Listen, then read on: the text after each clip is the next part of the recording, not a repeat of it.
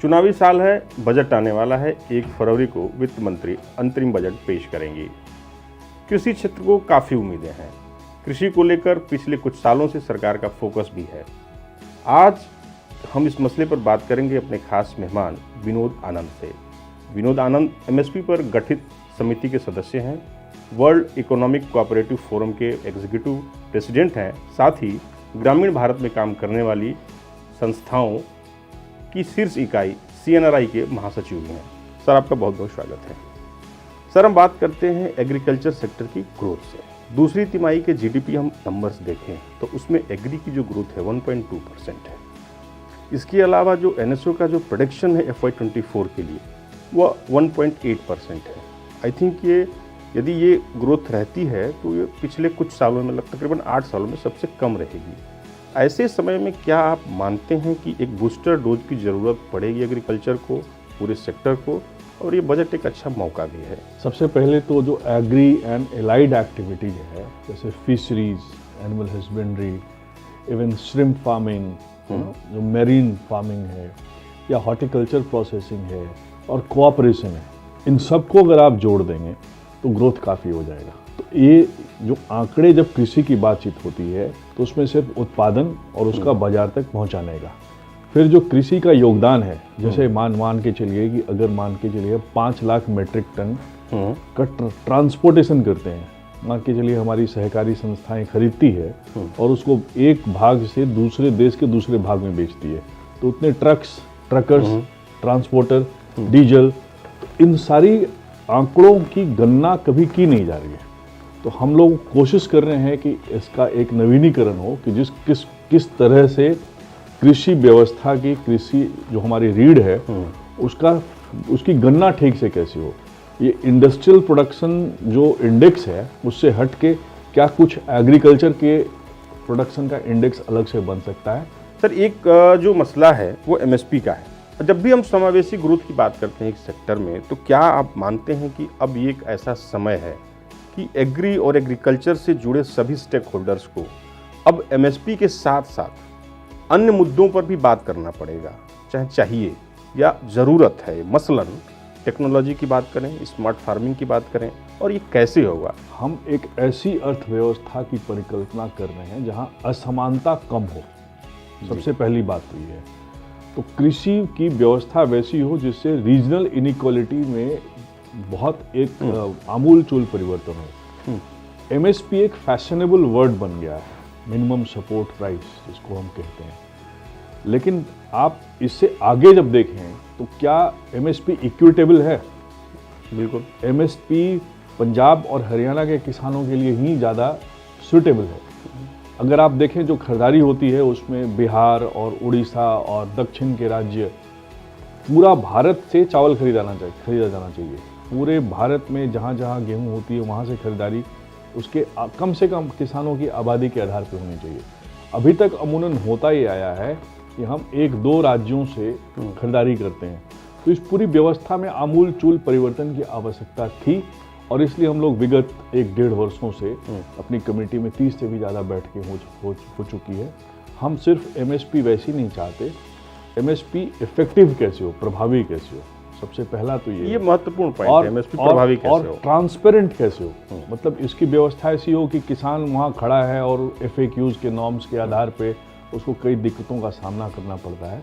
तो हमें इस पर पूरी आमूलचूल परिवर्तन करने की व्यवस्था बनाने के हेतु हम लोग काम कर रहे हैं। युवाओं को जोड़ने का कोई, क्योंकि काफ़ी डिस्ट्रेस है, एम्प्लॉयमेंट अभी भी 50-55% पॉपुलेशन हमारे एग्रीकल्चर पे है।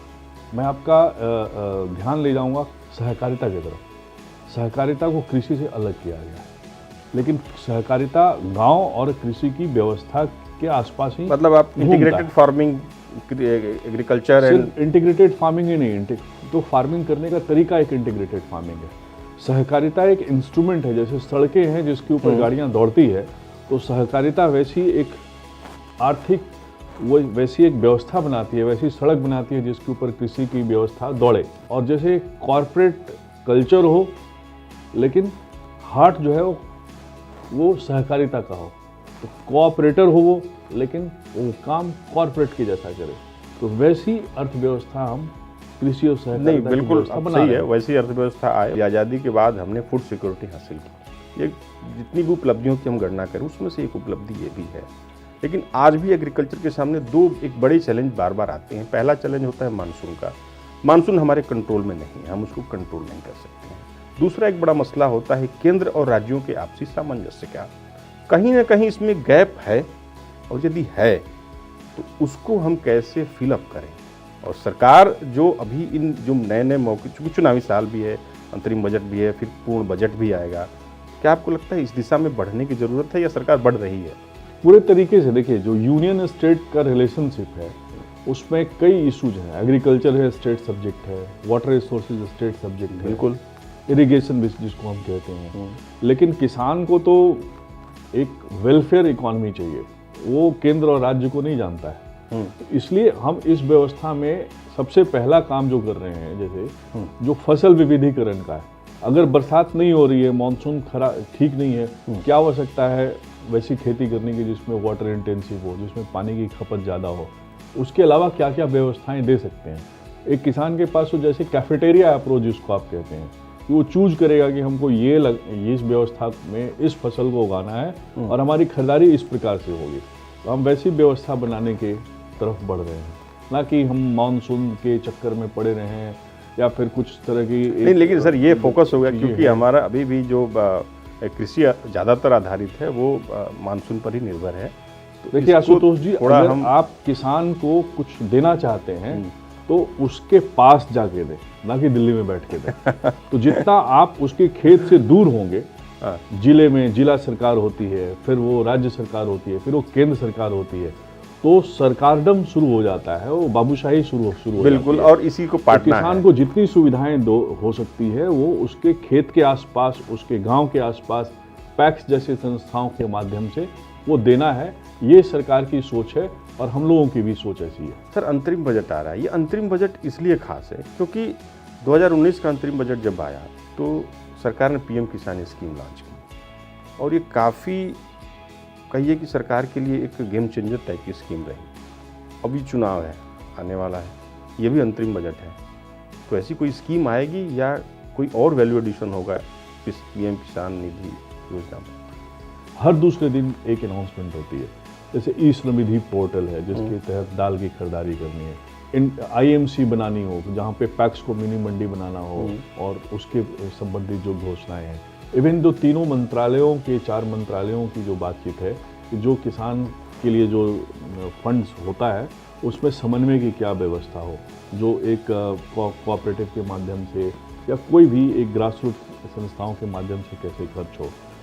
बजट में रीस्ट्रक्चरिंग तो पॉसिबल है, लेकिन वैसी भी एक जो लोक लुभावनी बात है कि हाँ इनको वो दे दो, उनको वो दे दो, सरकार इस चक्कर में तो कभी पिछले कई वर्षों से है नहीं। बिल्कुल 2019 में जब यह प्रयोग किया जा रहा था किसान सम्मान निधि का, तो लोग एक अजीब सा मखौल उड़ाते थे कि 2000 रुपये में क्या होता है, 2000 रुपये में हम दो कप चाय पीते हैं दिल्ली में। लेकिन उससे क्या फिर किसानों को क्या सपोर्ट मिला और क्या आगे कृषि व्यवस्था में वो अब एक अलग मुद्दा बन रहा है। हम उस पर आगे भी बढ़ रहे हैं कि जैसे 6000 रुपये है तो क्या उनको और हम आगे बढ़ाएं, कई तरीके की सब्सिडी उनको सीधे DBT कर सकते हैं।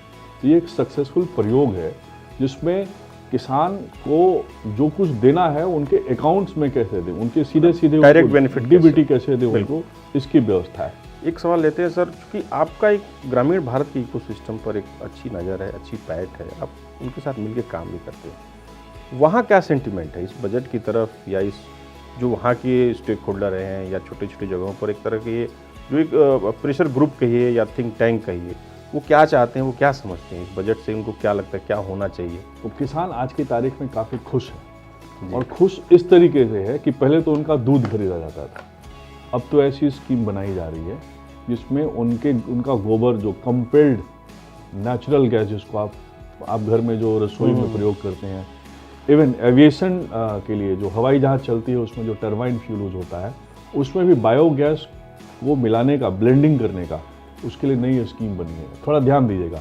मक्का मतलब जिसके लिए मतलब कहाँ बेचे किसान, एक बहुत बड़ा विषय था। आज की तारीख में बायो इथेनॉल के लिए उनके साथ सूत्रधार बन रही है सरकार की, ट्राईपार्टाइट उसमें एग्रीमेंट हो रहा है। तो किसान अब सिर्फ और सिर्फ फसल उत्पादन करने वाला नहीं, बल्कि वो ऊर्जा का उत्पादक भी है और नाइट्रोजन का फिक्सर भी है। अब आप ये सोचिए कि जब दाल में हम एक अमुक वर्ष तक हम जब स्वतंत्र हो जाएंगे, मतलब हम विदेश के ऊपर हमारा कोई निर्भरता रही, हम आत्मनिर्भर हो जाएंगे, तो हम कितना टन नाइट्रोजन उत्पादन करेंगे, क्योंकि नाइट्रोजन फिक्सेशन दालों से होता है, दलहन की फसलों से होता है। इस कैलकुलेशन को करने वाले अभी लोग हैं नहीं। हमारे जो महान अर्थशास्त्री लोग हैं, जो सिर्फ किसान को एक अभी भी वो प्रेमचंद की पुस्तक का एक बैल और गांव के आसपास जो घुमा के रखते थे, वो गांव बदल गया है। लोगों के पास अपना घर है, लोगों के पास अब महिलाओं के पास गैस चूल्हा है।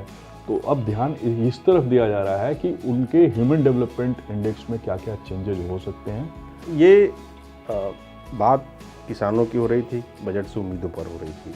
इस विशेष बातचीत में विनोद आनंद जी ने हर एक पहलू पर बड़ी ही बारीकी से बात की। सर, इस विशेष बातचीत के लिए आपका बहुत बहुत धन्यवाद।